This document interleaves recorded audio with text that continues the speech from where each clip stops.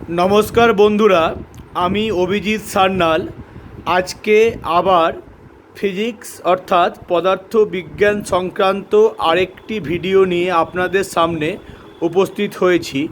भिडियोटिर हेडलाइनटी आपनारा देखतेई पाच्छेन जे मरीचिका बा मिराज सृष्टिर गाणितिक व्याख्या mathematical explanation of formation of mirage without the help of the concept total internal reflection অর্থাৎ আভ্যন্তরীণ পূর্ণ প্রতিফলনের সাহায্য ছাড়া আমরা কিভাবে মরীচিকা সৃষ্টির কারণটিকে ব্যাখ্যা বা বর্ণনা করব।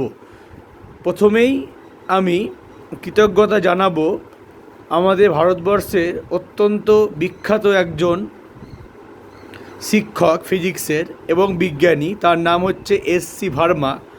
সেই এস.সি. ভার্মা স্যারকে, কারণ ঠিক একই বিষয়ের ওপর তারও একটি ইউটিউবে ভিডিও আছে। আমি সেই ভিডিওটি দেখে বাংলায় সেটিকে তৈরি করছি।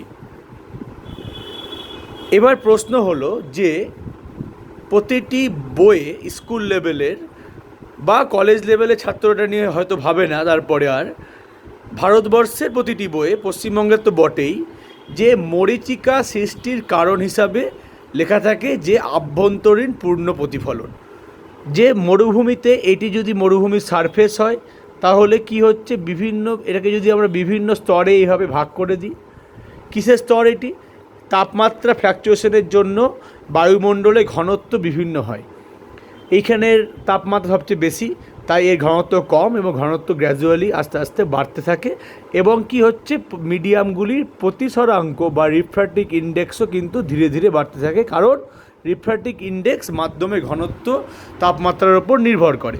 তাহলে কি হচ্ছে, দূরবর্তী স্থান থেকে কোনো একটি আলোকরশ্মি যখন আসে প্রতিটি স্তরে বাঁকতে বাঁকতে এমন একটা জায়গায় এসে পড়ে, সেখানে কি হয়, সেখানে দুটি মাধ্যমের ক্রিটিক্যাল অ্যাঙ্গেলের থেকে বেশি অ্যাঙ্গেলে যদি পড়ে যায়, অর্থাৎ সংকট কোণের চেয়ে বেশি অ্যাঙ্গেলে যদি পড়ে যায়, তাহলে সেটি আবার এই মাধ্যমে না গিয়ে আবার আগের মাধ্যমে যেতে আরম্ভ করে।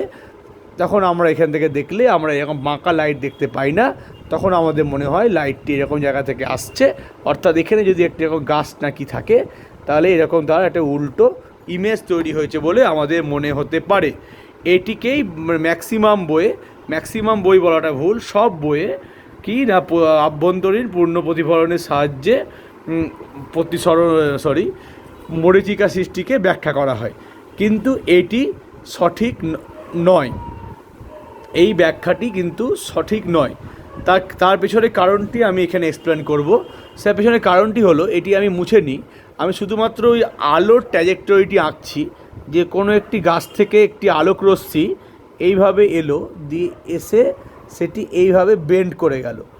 তাহলে যে বিন্দুতে এই বেন্ডিংটা ঘটছে সেখানে কিন্তু আলোকরশ্মির সেই মুহূর্তে দিক হচ্ছে এদিকটা, that is the instantaneous path of this point. তাহলে এই ট্যানজেন্ট বরাবর, তাহলে এখানে যদি আমি একটা নর্মাল টানি তাহলে খুব সহজেই আমি দেখতে পাচ্ছি এখানে হচ্ছে অ্যাঙ্গেল অফ ইনসিডেন্স, অর্থাৎ আপাতন কোণ হচ্ছে 90 ডিগ্রি। তাহলে প্রতিফলন কোণও 90 ডিগ্রি হবে, কারণ I = R, এটা আমরা বাচ্চা বয়স থেকেই জানি। তাহলে প্রশ্নটি হলো, তাহলে এটি যদি হয়, তাহলে প্রতিফলন কোণ যদি R হয়, তাহলে কিভাবে এটি ব্যাখ্যা হবে, কারণ এখানে তো প্রতিফলন কোণটা R হচ্ছে না, অর্থাৎ এটির সাহায্যে কিন্তু আমরা এখানে কোনো ব্যাখ্যা পাচ্ছি না। তাহলে এর ব্যাখ্যা লুকিয়ে আছে প্রতিসরণের সূত্রের মধ্যে, যেটাকে স্লেনের সূত্র বলে। এখানে আমি একটু ক্ষমা চেয়ে নেব, কারণ ওই বিখ্যাত বিজ্ঞানীটির নাম আমি উচ্চারণ করতে পারি না, তাই এখানে আমি প্রতিসরণের সূত্রই বলবো। এবং প্রতিসরণের সূত্র কি বলে, প্রতিসরণের সূত্র যেটি বলে সেটি হচ্ছে যে, যদি এরকম দুটো মিডিয়াম থাকে, এর রিফ্র্যাক্টিভ ইন্ডেক্স যদি N1 হয়, এর যদি N2 হয়, তাহলে একটি আলোকরশ্মি যদি এইভাবে আপতিত হয়ে এইভাবে বেন্ড হয়ে যায়, এই অ্যাঙ্গেলটি যদি θ1 হয়, এই অ্যাঙ্গেলে যদি θ2 হয়, তাহলে কি হবে? তাহলে যেটা হবে সেটা হচ্ছে, আমরা জানি যে sine θ1 divided by sine θ2 is equal to হবে N2 বাই N1, অর্থাৎ N ইন্টু সাইন থিটা, এই ভৌত রাশিটি সবসময় কি থাকবে যে কনস্ট্যান্ট, অর্থাৎ প্রতিসরাঙ্ক গুণিত ওই যে মাধ্যমে যে কোণে আপতিত হচ্ছে তার সাইনের গুণফলটি সবসময় একই থাকবে। এখানে তাহলে কি হবে, যদি এন চেঞ্জ হয় তাহলে এই অ্যাঙ্গেলটি এমনভাবে চেঞ্জ হবে যাতে এই গোটা গুণফলটি একই থাকে। এইবার দেখুন যে এইটা যদি সারফেস ভেবে নিই, তাই যত ওপরে যাচ্ছি তত কি হচ্ছে, এটাকে যদি আমরা ধরে নিই এক্স, এটাকে যদি ধরে নিই ওয়াই, তাহলে কিন্তু আর এই পয়েন্টে রিফ্র্যাক্টিভ ইন্ডেক্স যদি N0 যেটি কনস্ট্যান্ট এই মাধ্যমের জন্য, তাহলে আমরা বলতেই পারি যে refractive index N is equal to actually N0 plus alpha x, x dependent, একটা লিনিয়ার ইকুয়েশন যেখানে আলফার মান কিন্তু খুব ছোট, আলফা টেন্ডিং টু কিন্তু 0, এটি আমরা ধরে নিতে পারি। তাহলে দেখা যাক, তাহলে এইবার আমরা যদি যে কোনো একটা পয়েন্ট নিই, এখানে একটা পয়েন্ট নিলাম, তাহলে এখানে আলোর পথটা কোন দিকে, এই ট্যানজেন্ট বরাবর। তাহলে এখান থেকে যদি আমরা একটা লম্ব টানি, মানে নর্মাল টানি, তাহলে এই অ্যাঙ্গেলটা হচ্ছে থিটা। তাহলে দেখে নিই যে এই পয়েন্টে এই রেখাটির স্লোপ কত। আমরা স্লোপ বলতে যেটা বুঝি, স্লোপ বলতে আমরা বুঝি ডিওয়াই ডিএক্স।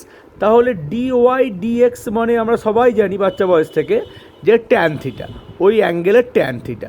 ট্যান থিটা মানে কি, ট্যান থিটা মানে আবার sine theta by cos theta, এবং sine theta by cos theta আবার sine theta divided by √1 minus sine square theta, এটা পেলাম। এবার এইখান থেকে আমরা কি পাচ্ছি দেখুন, এন ইকুয়াল টু আমরা পাচ্ছি কনস্ট্যান্টের জায়গায় আমরা N0 বসাতে পারি, তাহলে এন ইকুয়াল টু নয়, sine theta equal to N0 divided by n মানে আবার N0 প্লাস আলফা এক্স। তাহলে সাইনটা আমরা এক্স ডিপেন্ডেন্ট পেয়ে গেলাম। এই এক্স ডিপেন্ডেন্ট সাইনটা যদি আমরা এইখানে বসিয়ে দিই তাহলে কি পাচ্ছি একটু দেখুন, তাহলে আমরা পাচ্ছি N0 plus alpha x divided by √N0 plus alpha এক্সের স্কোয়ার, এখানে হবে N0 প্লাস আলফা এক্সের স্কোয়ার মাইনাস N0 স্কোয়ার। তাহলে এটি হলো এই N0টা এখানে রুট থেকে বেরিয়ে যাবে, N0 প্লাস আলফা এক্স হয়ে যায়, এটার সঙ্গে কেটে যাবে। তাহলে পড়ে থাকবে কি N0 ডিভাইডেড বাই √, এটা স্কোয়ার, N0 স্কোয়ার কেটে যাবে, আর 2 আলফা এটা হচ্ছে এক্স ইন্টু N0, এটা পড়ে থাকবে। আরেকটা টার্ম পড়ে থাকবে, সেটা হচ্ছে alpha square x square, alpha tending to 0 বলে সেই টার্মটাকে আমরা নেগলেক্ট করে দিয়েছি। তাহলে অতএব আমরা তাহলে কি পাচ্ছি, তাহলে আমরা পাচ্ছি যে dy dx is equal to আমরা পাচ্ছি N0 by √2 alpha x into N0। তাহলে আমরা লিখব N0 by √2 alpha N0 constant, তাহলে এই এক্সটি ওপরে উঠে গেলে x⁻⁻½ ইন্টু ডিএক্স। এবার আমরা এই ইন্টিগ্রেশনটি তাহলে এখানে যেহেতু ডিওয়াই লেখা আছে, তাহলে আমরা কি হবে, এই ডিএক্সটি এখান থেকে মুছে দিই, তাহলে আপনাদের ডিওয়াই ইকুয়াল টু এখানে ডিএক্স হবে। তাহলে এটাকে আমরা তাহলে ইন্টিগ্রেশন করব, লিমিট হবে 0 থেকে x হচ্ছে লিমিট, এটা 0 রেফারেন্স লাইন, 0 থেকে x হচ্ছে লিমিট। তাহলে এই ইন্টিগ্রেশনটা যদি আমরা পারফর্ম করি তাহলে তাহলে যেটা আসবে, যেটা আমি একটু খাতায় করলাম, দাঁড়ান, আমি যেটা আসবে সেটা হচ্ছে 2√x, তাহলে হবে যে y ইজ ইকুয়াল টু, এটা আসবে N0 বাই √2 আলফা N0, এটা হবে 2√x। তাহলে অতএব y square is equal two আসবে 4, 2 কেটে যাবে, N0 স্কোয়ারের সঙ্গে N0 কাটবে, তাহলে পড়ে থাকবে হচ্ছে আপনার ওপরে 2 N0 by alpha into x. তাহলে এইটা হলো আলোর পথের সমীকরণ, যেটি কিনা y square equal to 4ax এই সমীকরণের সাথে যার মিল রয়েছে। অর্থাৎ এই যে ট্র্যাজেক্টরিটি সেটি অবশ্যই একটি প্যারাবোলা, কারণ এটি প্যারাবোলার সমীকরণ। তাহলে আমরা কি দেখতে পেলাম যে মরীচিকা সৃষ্টির কারণের পেছনে এরকম করে বেঁকে গিয়ে আগের মাধ্যমে ঢুকে যাওয়া এরকম ব্যাপারটা নয়। এখানে আলোটি বেঁকছে কারণ এন সাইন থিটা এই রাশিটিকে ধ্রুবক রাখতে হবে আমাদের, সেই কারণে। এবার আসি আমরা অন্য একটি টপিকে এই বিষয়ে, যে আমরা জানি যে আলোর কম্পাঙ্ক যদি হয় আপনার নিউ, তাহলে H new equal to MC square energy, মানে তাহলে এমসি ইকুয়াল টু হচ্ছে আপনার এইচ নিউ বাই সি, যেটা একটি আলোর কণা, যাকে ফোটন কণা বলে, ফোটন কণার ভরবেগ। তাহলে একগুচ্ছ ভরবেগ সম্পন্ন কোনো বস্তু এই পয়েন্ট থেকে জাস্ট এই ইকুয়েশনটিকে মানার জন্য বেঁকে গেল, এটি কিন্তু একটু বোঝার বাইরে। কারণ একটি ভরবেগযুক্ত একগুচ্ছ কণাকে বেঁকাতে গেলে তাহলে এর ওপর অবশ্যই কোনো ফোর্স কাজ করতে হবে, কারণ এখানে ওর কিন্তু মোমেন্টাম চেঞ্জ হচ্ছে। Momentum is the vector quantity, তাহলে মোমেন্টাম চেঞ্জ হচ্ছে, তাহলে rate of change of momentum is proportional to the force as according to the sir Isaac Newton. তাহলে কোন ফোর্সের জন্য এটা ফোটন কণাগুলো বেঁকে এদিকে চলে যাচ্ছে, এইটির কিন্তু ব্যাখ্যা আমার জানা নেই, হয়তো কারোরই জানা নেই।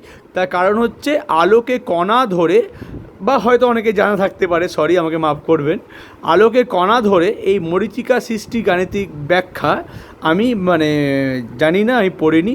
কিন্তু যদি ছাত্ররা জেনে থাকেন তাহলে অবশ্যই কমেন্ট সেকশানে কমেন্টস করবেন, এটি আমার জানার আগ্রহ থাকলো।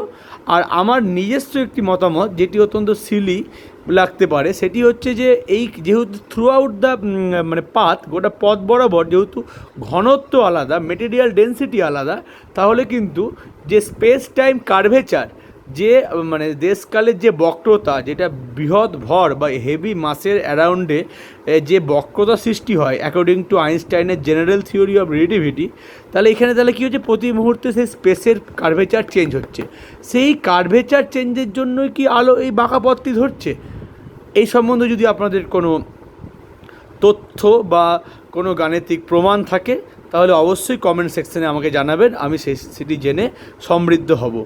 তাহলে আজকে আমরা মরীচিকা সৃষ্টির গাণিতিক ব্যাখ্যা আভ্যন্তরীণ পূর্ণ প্রতিফলনের সাহায্য ছাড়া করলাম, এবং শেষে আরেকবার স্যার এসসি ভার্মাকে প্রণাম জানাই তার সেই ভিডিওটির জন্য, যে ভিডিওটি আমাকে এই ভিডিওটি তৈরি করার জন্য ইন্সপায়ার করেছে। আপনাদের যদি ভিডিওটি ভালো লেগে থাকে তাহলে অবশ্যই একটি লাইক দেবেন এবং আমার চ্যানেলটিকে সাবস্ক্রাইব করবেন। নমস্কার।